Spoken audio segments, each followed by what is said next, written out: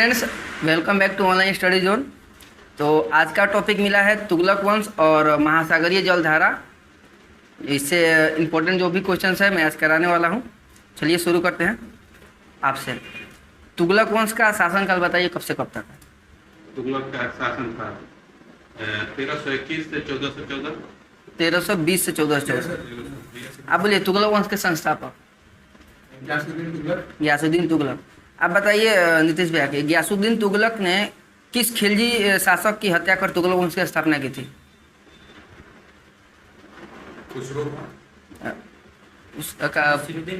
नसरुद्दीन खुसरो शाह की हत्या कर तुगलक वंश की स्थापना की थी गयासुद्दीन तुगलक ने। बताइए गयासुद्दीन तुगलक को और किस नाम से जानते हैं? गाजी मलिक। गाजी मलिक। गाजी मलिक उसको गाजी मलिक का उपाधि कब मिला? किस कारण मिला था?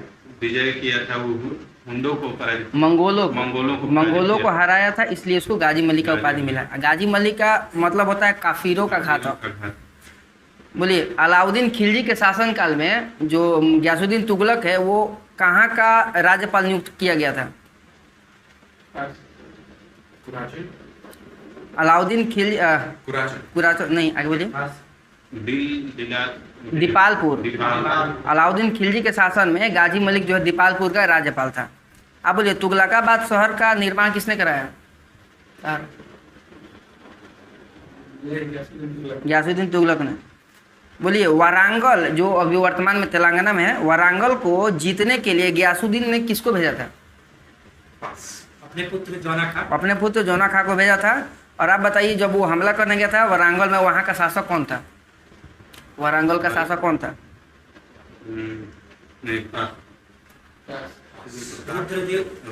प्रताप रुद्रदेव। ठीक है। और ये जो पहला आक्रमण किया था जोना खां, ये किया था 1321 में। 1321 में जो असफल रहा था। इसके बाद दोबारा आक्रमण किया था 2022-23 में, वो सफल रहा था। सॉरी 1322-23 में। 1322-23 में जो था वो सफल रहा था और उसको फिर दिल्ली में मिला लिया वारंगल को। आप बताइए गयासुद्दीन तुगलक ने बंगाल पर चढ़ाई कब की? उसको कब जीत कर उसको दिल्ली में मिला लिया? नहीं, आप बोलिए। 1324-25। ठीक है, 24-25 में मिला लिया था। आप बताइए आपका है बंगाल विजय के दौरान लौटते समय गयासुद्दीन तुगलक ने उत्तर बिहार के किस क्षेत्र पर हमला किया था? मिथिला पर हमला किया था। और बताइए उस समय मिथिला का शासक कौन था, राजा कौन था वहाँ का?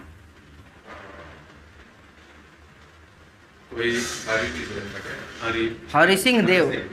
ठीक है। बंगाल विजय के दौरान जो लौटते समय गयासुद्दीन तुगलक जो है वो मिथिला के उत्तरी भाग पर हमला किया था। वहाँ का शासक था हरि सिंह देव और उस पर हमला करके उसको भी अपने साम्राज्य में मिला लिया था। तो ये पूछता है कि उत्तरी बिहार पर केवल तुगलक वंश का शासन रहा था, दक्षिणी बिहार तक नहीं था। डाक विभाग के प्रमुख का क्या कहते थे तुगलक वंश में? बरीद ए मुमालिक। ठीक है, बरीद ए मुमालिक। डाक और हुलिया पद्धति को किसने लागू किया? तुगलक ने। डाक और हुलिया मतलब इसका अर्थ बताइए। डाक का क्या अर्थ है, हुलिया का क्या? डाक मतलब करोड़ों को दागने की प्रणाली थी और हुलिया मतलब सैनिकों का हुलिया। हाँ, सैनिकों का चेहरा लिखने का वो था। ये दोनों इसके शासनकाल में। दिल्ली अभी दूर है, किसने कहा? सबसे पहले तो अलाउद्दीन खिलजी ने स्टार्ट किया था। हाँ, अब बताइए क्या दिल्ली अभी दूर है, किसने कहा था? निजामुद्दीन औलिया ने कहा था। तुगलक गयासुद्दीन तुगलक को कहा था। ठीक है। आप बताइए क्यों कहा था? बताइए। जब ये बंगाल विजय अभियान करके आ रहा था 1324-25 में, तो ये जो गयासुद्दीन तुगलक है इससे चिढ़ता था। मतलब ये सूफी संत निजामुद्दीन औलिया था, इससे चिढ़ता रहता था हमेशा, मतलब बनता नहीं दोनों में। तो ये जब बंगाल विजय करके वापस लौट रहा था तो इसने संदेश भेजवा दिया कि मेरे दिल्ली पहुंचने से पहले उसको बोल देना मेरा दरबार छोड़कर चला जाओ। तो इसने कहा था सूफी संत निजामुद्दीन औलिया ने कि अभी तुमको आने में मतलब बहुत टाइम है, दिल्ली अभी दूर है। और आने से पहले ही जूना खां के जो महल था लकड़ी वाला, उसी में मृत्यु हो गया। तो ये कहा जाता है कि षड्यंत्र इसी का था। ऐसा कहा जाता है कि षड्यंत्र इसी का। हाँ, कि दिल्ली अभी दूर है, तुमको आने में काम हुनूज दिल्ली दुरस्त ये कहा था। बोलिए गयासुद्दीन तुगलक की मृत्यु के बाद कौन शासक बना? जोना खां। जोना खां। इसका और अन्य नाम क्या है जोना खां का? ठीक है, एमपीटी। और उलूग खा इसका और नाम था। ठीक है, उपाधि धारण किया था। उलूग खा का उपाधि इसको मिला था। गयासुद्दीन तुगलक की मृत्यु कब हुई? इसका शासनकाल बता दिया गया तुगलक का 20 से 25 तक। ठीक है। मोहम्मद बिन तुगलक ने अपने शासन संबंधी कितनी योजनाएं चलाई? मोहम्मद बिन तुगलक है योजना कितनी चलाई? अपने साम्राज्य को विकसित करने के लिए। ठीक है, 5 था ऐसे, लेकिन इसमें 4 दिया, वो मिक्स कर दिया, दोनों सेम ही है। बता देते हैं चारों का नाम, सुन लीजिए। पहला इसका था दुआब क्षेत्र में वृद्धि, जो 10 गुना बढ़ा दिया था एमबीटी। राजधानी परिवर्तन किया था, दिल्ली से देवगिरी अपना राजधानी बनाया था, जिसको दौलताबाद भी कहते हैं। सांकेतिक मुद्रा का प्रचलन किया था। तीसरा, जो कांसा और तांबा का मिश्रण होता था। जब बनाया था तो इसमें गड़बड़ कर दिया था कि कोई स्पेशल उसमें कुछ नहीं रखा था, जिससे पता चले कि राजा का मुहर है, राजकीय है, तो उसका जाली बनने लगा बहुत सारा। और चौथा योजना था खुरासान पर आक्रमण किया था। और 5वां था कराची पर अभियान किया था। खुरासान वाला भी फेल हो गया था, बहुत सारा खर्चा किया, सैनिक को पहले ही पैसा दे दिया था कि लड़ने जाना है, अब बाद में असफल हो गया, वो लड़वे नहीं किया तो हो गया। अरे एकदम ख्याली खाली पुलाव का काम था इसका। बस आप बताइए, मोहम्मद बिन तुगलक ने कृषि के विकास के लिए किस विभाग की स्थापना की? दीवाने अमीर को ही या दीवाने को ही। आप बताइए, इब्न बतूता किसके शासनकाल में भारत आया था? मोहम्मद बिन तुगलक। आप बताइए कब आया था इब्न बतूता? 1333 ईस्वी में आया था। और इसको हमसे कुछ कहाँ से आया? अब बता दीजिए कहाँ से आया था? मोरक्को से आया था, अफ्रीका के मोरक्को से आया था। और इसको काजी नियुक्त किया गया था दिल्ली का। मार के जूता माथा पे, मारा जूता माथा पे, मारा से मोरक्को, जूता इब्न बतूता, माथा मोहम्मद बिन तुगलक। बताइए इब्न बतूता का कौन सा किताब है जिसमें इसका वर्णन किया गया है? रहला। ठीक है, रहला।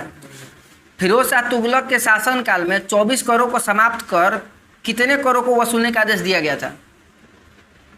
जो पीछे से 24 कर जो वसूला जाता था, उसको सारा समाप्त कर दिया था फिरोज शाह तुगलक, और मात्र 4 कर को बोला था वसूल किया जाएगा। चारों का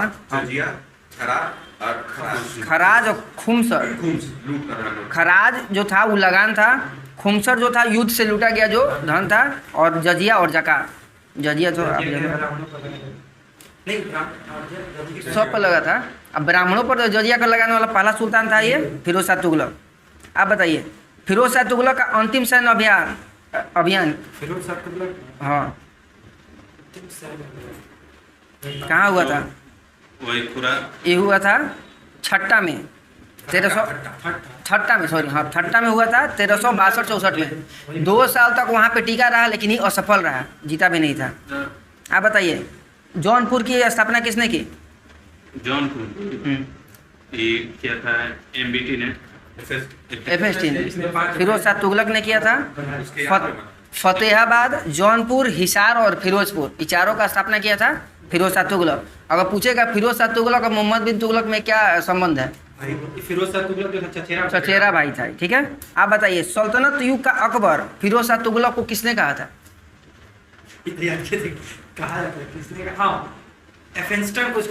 एल्फिंस्टन। सल्तनत युग का अकबर कहा जाता है, फिरोज शाह तुगलक को कहा था एल्फिंस्टन ने। बताइए, विभाग जो है FST फिरोज शाह तुगलक का विभाग दीवाने खैरात किसके लिए था? खैरात गरीबों के लिए। गरीबों के लिए दान विभाग था, दीवाने खैरात। आप बताइए, दारुल सफा ये क्या था? कौन सा विभाग था? नहीं, हॉस्पिटल था। ठीक है, राजकीय अस्पताल था। और दफ्तर रोजगार था, वो बेरोजगारों के लिए था। दीवाने बंदगान सैनिकों की देखभाल के लिए बनाया गया था विभाग। बंदी मतलब दासों के लिए दीवाने बंदगान था। और हिंदू मुस्लिम के विचार विमर्श करने के लिए किस विभाग की स्थापना की थी फिरोज शाह तुगलक ने? दीवाने नहीं है, अनुवाद विभाग। अनुवाद विभाग की स्थापना की थी फिरोज शाह तुगलक ने, हिंदू मुस्लिम सब लोग बढ़ के विचार विमर्श करने के लिए। बताइए, फिरोज शाह तुगलक की मृत्यु कब हुई? 1388। ठीक है, 1388 में। आगे बताइए, फिरोज शाह तुगलक के बाद उसके उत्तराधिकारियों का क्रम बता दीजिए, ये आता है सरियाने के लिए। आप बताइए, बोल देते हैं फिरोज शाह तुगलक की मृत्यु के बाद उसका उत्तराधिकारी सब अयोग्य था। बता देते हैं, एक तुगलक शाह द्वितीय, उसके बाद अबू बकर आया था, उसके बाद मोहम्मद शाह आया, उसके बाद नसरुद्दीन महमूद शाह जो लास्ट था इसका। बोलिए, फिरोज शाह तुगलक ने अधा और वीख नामक 2 सिक्के चलाए, ठीक है, जो किसका बना होता था? तांबा और चांदी का मिश्रण होता था। चांदी का मिश्रण। आधा और विक नामक 2 सिक्के चलाए थे फिरोज शाह तुगलक ने, जो किसका मिश्रण होता था? तांबा और चांदी का। फिरोज शाह तुगलक की आत्मकथा कौन सी है?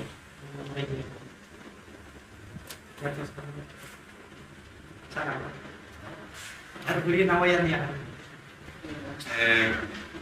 फिरोज नहीं। फिरोज शाही। फतुहात फिरोज शाही, फतुहात फिरोज शाही था। फिरोज। बताइए, हक ए सर्व नामक कर जो है वो किससे लिया जाता था? हक ए सर्व किसानों से सिंचाई कर था, और इसमें कितना % लेता था FST? ये हमारा क्वेश्चन था। 1/10 या 10% लेता था FST। अब बताइए, कुतुब मीनार की मरम्मत किसने करवाई? फिरोज शाह तुगलक ने करवाई थी। हाँ, मरम्मत वही करा था। अब बताइए, तैमूर लंग ने जब दिल्ली पर आक्रमण किया था किसके शासनकाल में किया था या कब किया था? नहीं, आप बताइए। जो अंतिम बता दें, नसरुद्दीन महमूद शाह 1398-99 में आया था। और जब तैमूर लंग आक्रमण किया था तो तैमूर जो है नसरुद्दीन महमूद शाह था, ये भाग गया था छोड़कर दिल्ली को। और जब ये तैमूर लंग का मृत्यु हुआ 1405 ईस्वी में, तो अभी वापस दिल्ली आया था लौट के। इसका भी हाल वही हुमायूं था। जो मर गया। बताइए, अशोक के 2 स्तंभों को दिल्ली में कौन लाया था?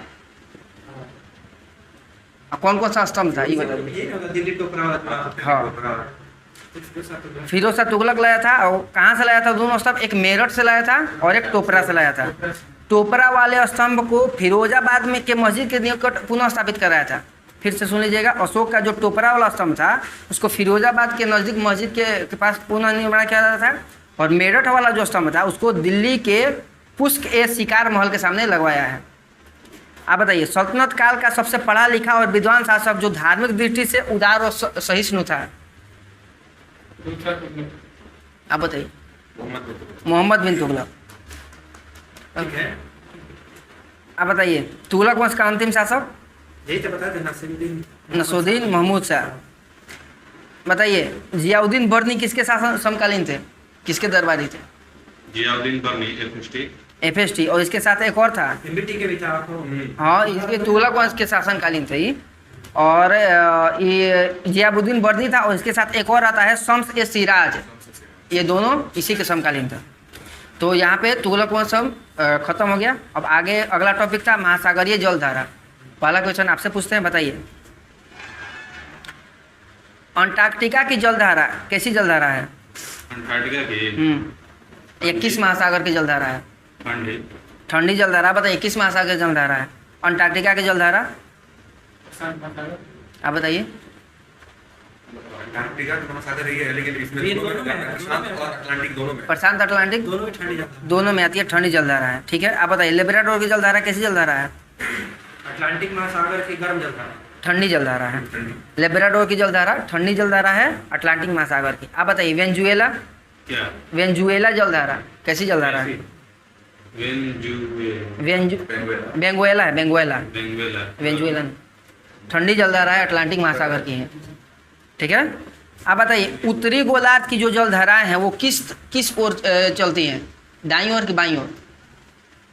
उत्तरी गोलार्ध की जलधाराएं किस ओर चलती हैं? दाईं ओर चलती हैं। ठीक है, और दक्षिणी गोलार्ध की अगर जो जलधारा बोलेगा तो बाईं ओर चलती हैं।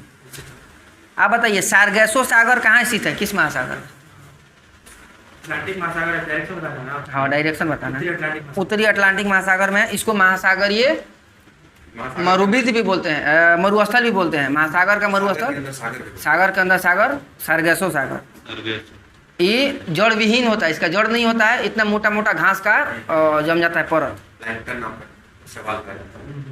गर्म और ठंडी जलधारा जहाँ मिलती है वहाँ कौन सी घास पाई जाती है? घास पाई जाती है। अभी बताएं नीतीश भैया। प्लैंकटन घास। प्लैंकटन घास पाई जाती है कहाँ? जहाँ गर्म और ठंडी जलधारा है जहाँ पे मिलती है वहाँ पर प्लैंकटन। वही बनता है, मछली वाला। हाँ, और यहाँ पे ये दोनों बनता है ना, वहाँ पे मछलियों का खान होता है, बहुत ज़्यादा मात्रा में मछली आती है खाने के लिए। ला नीना कैसी जलधारा है? ला नीना ठंडी जलधारा है। और अल नीनो भैया आप बताइए। गर्म हो जाएगी। गर्म जलधारा है। और दोनों पेरू के तट पर आते हैं। अब कौन नाम? हमबोल्ट। हमबोल्ट, ठीक है। विश्व का सबसे ऊंचा ज्वार भाटा कहाँ आता है? कौन सी है? कोई खाड़ी है?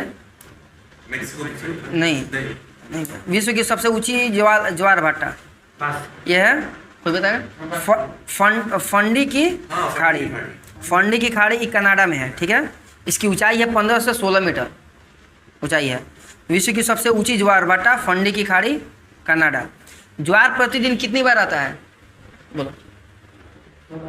ज्वार प्रतिदिन प्रतिदिन कितनी बार आता है? 2 बार। 2 बार आता है। दिन कब में कब आता है? 12 12 मिनट। मिनट और 26 मिनट पे किस कारण आता है? 12 घंटा 24 मिनट, हाँ 26 मिनट। 12 घंटा 26 मिनट। बताइए, फिर से क्या? ज्वार जो है वो 2 बार किस कारण आती है? किस कारण? हम्म। पृथ्वी का तो बहुत सारा उसमें चंद्रमा के आकर्षण और पृथ्वी के गुरुत्वाकर्षण। अपकेंद्रीय बल के कारण। अच्छा, एक तो होता है कि पृथ्वी चंद्रमा जब एक ही लाइन में आ जाते हैं सूरज को क्या आता है? सीजगिर। तीनों इस टाइम भी आता है ना कुछ ये सब ज्वार। बृहद ज्वार और निम्न ज्वार में क्या अंतर है? कितने दिन का अंतर होता है? बृहद ज्वार और निम्न ज्वार में कितने दिनों का अंतर होता है? 7 दिनों का अंतर होता है। बहुत बढ़िया। आप बताइए, महासागर या समुद्रों में ज्वार भाटा आने का कारक क्या है? महासागर ये क्वेश्चन डायरेक्ट पूछता है। बोले अभी एक लाइन में आ जाना। नहीं, अभी बोले आंसर। हाँ बोलिए, आंसर हो गया, बताओ। महासागर और समुद्रों में ज्वार भाटा का कारण क्या है? गुरुत्वाकर्षण और पृथ्वी का अपकेंद्रीय बल। पृथ्वी का अपकेंद्रीय बल, ये बात याद रखिएगा। अब कभी अभिकेंद्रीय भी देता है, लेकिन अपकेंद्रीय बल इसका होगा पृथ्वी का, सूर्य का गुरुत्वाकर्षण बल और चंद्रमा का गुरुत्वाकर्षण। हाँ, दूध का मतना, वॉशिंग मशीन, अपकेंद्रीय बल के।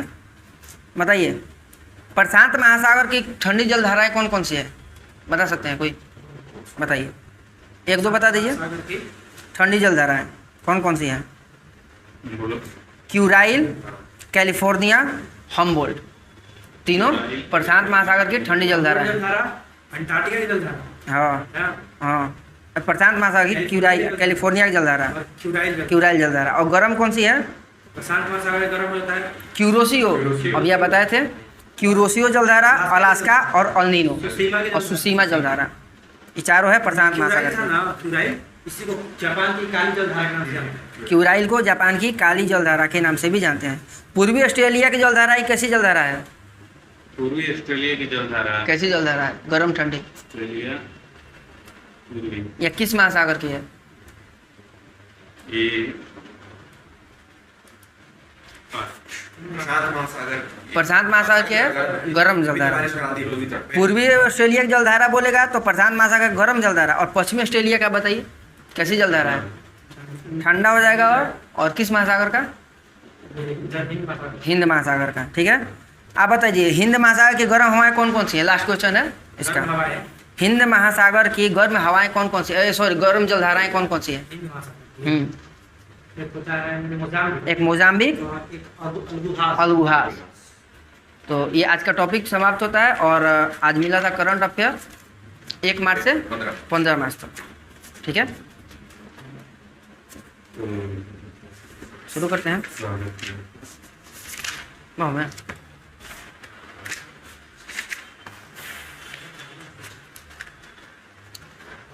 बोलिए,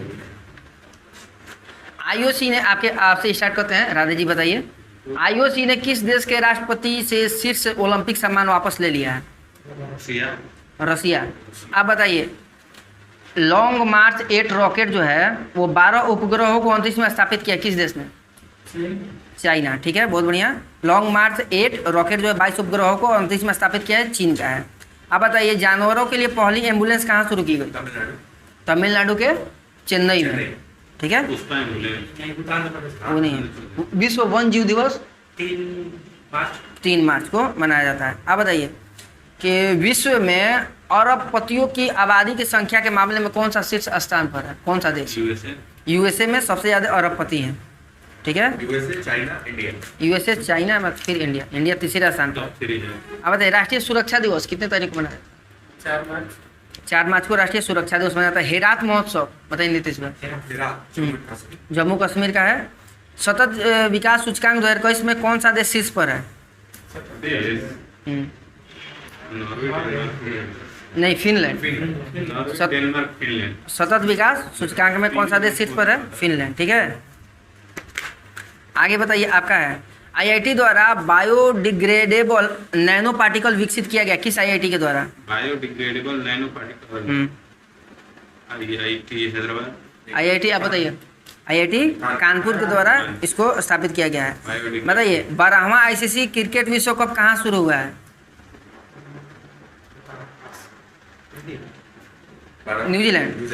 न्यूजीलैंड में।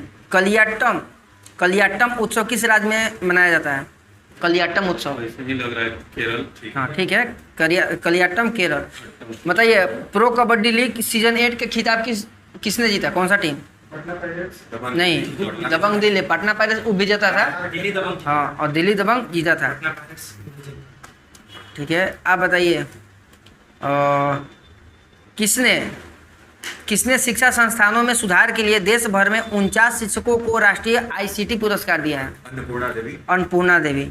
ठीक है, आईएसएसएफ विश्व कप में श्री निवेथा ने महिलाओं के 10 मीटर एयर पिस्टल में कौन सी पदक जीती? स्वर्ण पदक। ठीक है, तो याद रखिएगा इनका नाम है श्री निवेथा। ये किसके से संबंधित रखती हैं? पिस्टल से, शूटिंग से, और ये जीती हैं स्वर्ण पदक। भारत का पहला स्मार्ट मैजेंट ईवी चार्जिंग स्टेशन कहाँ शुरू हुआ? स्मार्ट मैजेंट ईवी चार्जर राज्य। हाँ, नहीं या राज्य या केंद्र शासित कुछ भी बता सकते हैं। भारत का पहला smart manage EV charging station कहाँ शुरू हुआ? नई दिल्ली में। ठीक है, टीवी चैनल वाला सबसे बड़ा था। सबसे बड़ा गुरुग्राम। हाँ, गुरुग्राम में। सबसे ऊंचा लद्दाख। सबसे ऊंचा लद्दाख में। आप बताइए देश का पहला स्वदेशी फ्लाइंग ट्रेनल एयरक्राफ्ट हंसा एनजी का ट्रायल कहाँ से पूरा हुआ है? अच्छा पता है, हंसा का नाम विशाखापट्टनम, नहीं, पुडुचेरी। पुदुचेरी में हुआ है। ठीक है, अम्मा और बहिनी योजना पहल की शुरुआत किस राज्य ने की? अम्मा और बहिनी योजना सिक्किम से। ठीक है, आप बताइए जन औषधि दिवस कब मनाया जाता है? 7 मार्च को जन औषधि दिवस मनाया जाता है। बताइए 6 क्रिकेट विश्व कप में भाग लेने वाली भारत की पहली महिला क्रिकेटर कौन बनी है? स्मृति मंदाना। मिताली राज। 6 क्रिकेट विश्व कप में भाग लेने वाली भारत की पहली महिला क्रिकेटर कौन बनी है? मिताली राज। बोलिए प्रति व्यक्ति शुद्ध आय के मामले में कौन सा राज्य शीर्ष स्थान पर है? प्रति व्यक्ति शुद्ध आय के मामले में कौन सा राज्य शीर्ष स्थान पर है? तेलंगाना। ठीक है, आप बताइए भारत श्रीलंका का जो है सीलीनेक्स का 9वां संस्करण कहाँ शुरू हुआ? विशाखापट्टनम में हुआ। यूरोपा क्लिपर अंतरिक्ष यान विकसित करना शुरू कर दिया है, कौन सी संस्था? यह नासा किया है, इसका नाम है यूरोपा क्लिपर अंतरिक्ष यान। आप बताइए Pandit Hariprasad Chaurasia lifetime achievement award से किसे सम्मानित किया गया? Pandit Hariprasad Chaurasia lifetime achievement award से किसे सम्मानित किया गया?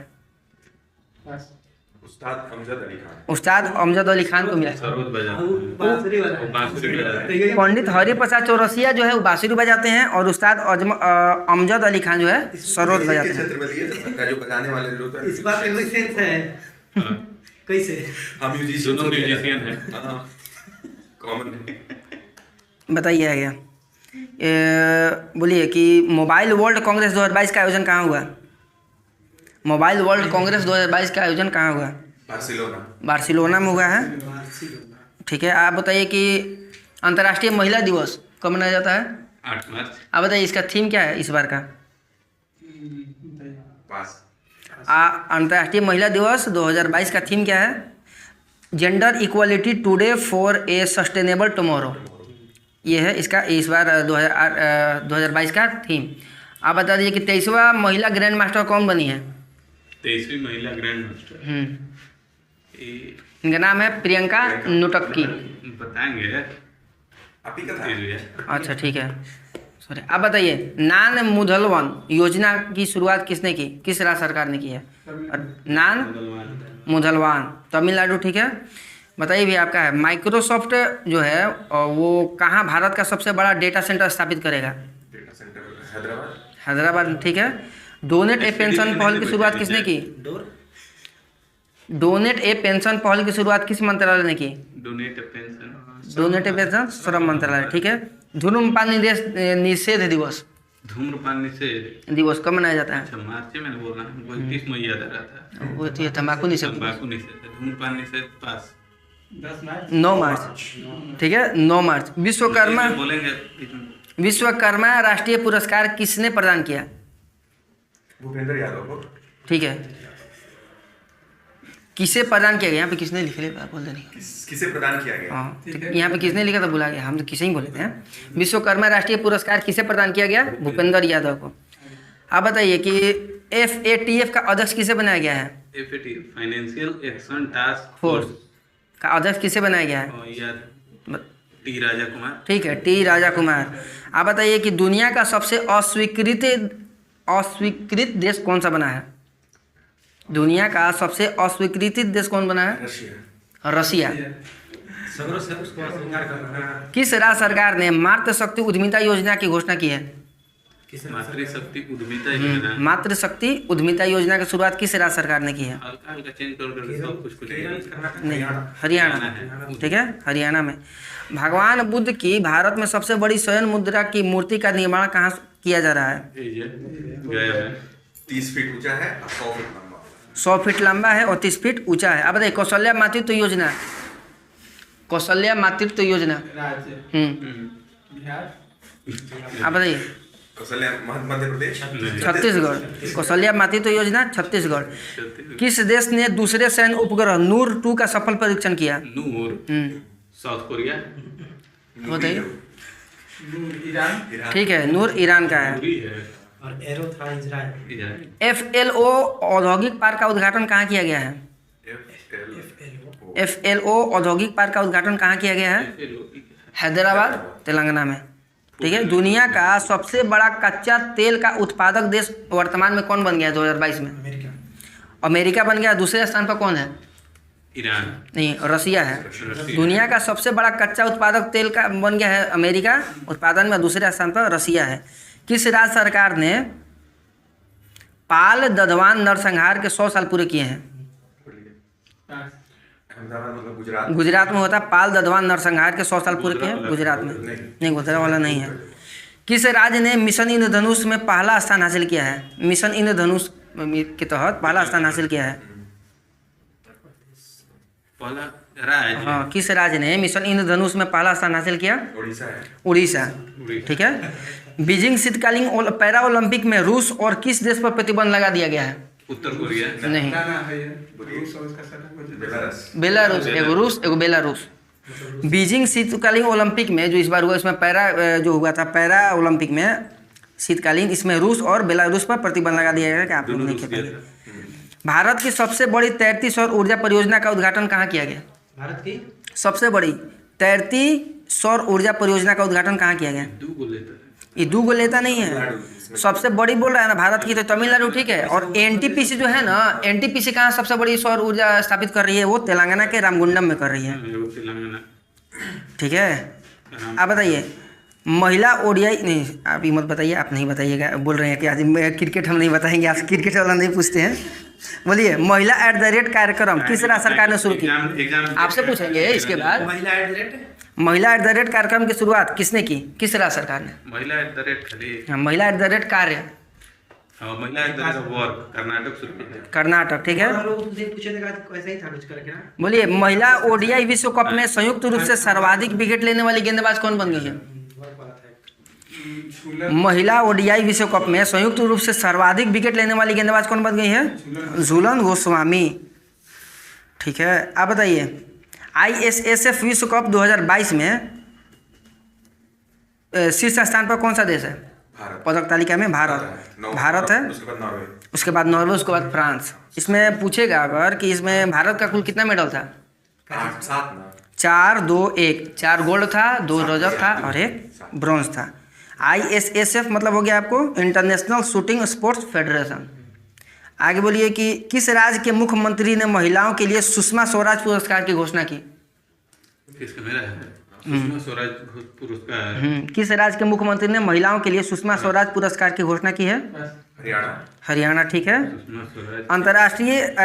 राष्ट्रीय वित्तीय प्राधिकरण का अध्यक्ष किसे नियुक्त किया गया? राष्ट्रीय वित्तीय प्राधिकरण इसका इंग्लिश में क्या हो जाएगा? राष्ट्रीय वित्तीय प्राधिकरण का अध्यक्ष किसे नियुक्त किया गया है? पास बस Ajay Bhushan Pandey. Ajay Bhushan Pandey. Skoch state of government ranking 2021 में पहला स्थान किस राज्य को दिया गया? स्कोच वाला में Skoch state of government ranking में चलो हम लोग चर्चा करें। आंध्र प्रदेश में। दूसरा स्थान पर बोलेगा तो पश्चिम बंगाल। दूसरा पे पश्चिम बंगाल। हाँ देखिए, आंध्र प्रदेश पहला पे, दूसरा पश्चिम बंगाल, तीसरा पे उड़ीसा। 2022 11 मार्च का है। पिछले साल स्कोच में 4 अवार्ड मिला था पश्चिम बंगाल। किस आईआईटी ने परम गंगा सुपर कंप्यूटर स्थापित किया है? Super computer IIT Roorkee. वो था कर्नाटक क्या था ना, परम प्रज्ञा था। हाँ आईआईएससी में हुआ था, लगाया था। बताइए आपका भैया, बोलिए कौन सा राज्य सरकार डिजिटल भूमि अभिलेखों की डोर स्टेप डिलीवरी शुरू करेगा? अपना प्यारा बिहार। अपना प्यारा ब्रांड बिहार।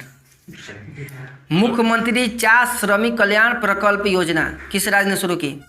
मुख्यमंत्री 4 श्रमिक कल्याण संकल्प योजना। किस राज्य का है? हाँ 4 श्रमिक। फिर से, मुख्यमंत्री 4 श्रमिक कल्याण प्रकल्प। पश्चिम बंगाल नहीं, बस उसके और उधर जाइएगा थोड़ा सा, त्रिपुरा है। त्रिपुरा में। इसका नाम है, देख लीजिए, मुख्यमंत्री 4 श्रमिक कल्याण प्रकल्प योजना की शुरुआत की है त्रिपुरा। बताइए, भारतीय वायुसेना अकादमी का नया कमांडेंट कौन बने हैं?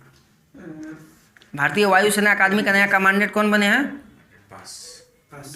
बी चंद्रशेखर। 4 धाम परियोजना समिति के नए अध्यक्ष, फेमस है, पूछिए तो कल भाई थी में एनटीपीसी में। 4 नंबर चंबा परियोजना उत्तराखंड का है, इसमें चंबा नहीं, 4 धाम परियोजना समिति का नया अध्यक्ष। चंबा सुरंग वही बना है। मोदी जी का 4 धाम चंबा मतलब है। हाँ बनल, ओके तो तहत बनल बा, ठीक बा। यह है जस्टिस ए.के. सिकरी। ठीक है। अच्छा, 4 धाम परियोजना किससे संबंधित है? उत्तराखंड से। केवल उत्तराखंड? 4 धाम है तो 4 को धाम का नाम बताना है। बद्रीनाथ, केदारनाथ, हाँ, गंगोत्री यमुनोत्री को जोड़ने के लिए। ठीक है। कितना किलोमीटर लगभग बनेगा? राजमार्ग में विस्तार होगा लगभग 900 किलोमीटर। और इसके लिए कितना लागत हुआ है? 12,000 करोड़ का इसका अति हुआ है। आगे बोले, शिक्षा मंत्रालय ने किसके सहयोग से कन्या शिक्षा प्रवेश उत्सव का अभियान लॉन्च किया है? किसके सहयोग से? हाँ, किस संस्था के सहयोग से? यूनिसेफ। यूनिसेफ के सहयोग से। भारत का पहला यूनिकॉर्न स्पोर्ट्स इंटरप्राइज कौन बन गया है? कौन सी टीम? Chennai super Kings. प्रसिद्ध गोल्फर को औपचारिक रूप से world golf hall of fame में शामिल किया गया। अमेरिका का है, बहुत बड़ा, टाइगर वुड्स। ठीक है। किस मंत्रालय ने महिलाओं के लिए समर्थ नामक एक विशेष उद्यमिता संवर्धन अभियान शुरू किया है? समर्थ एमएसएमई मंत्रालय किया है। आप बताइए, किस राज्य सरकार ने पहली बार बाल बजट पेश किया है?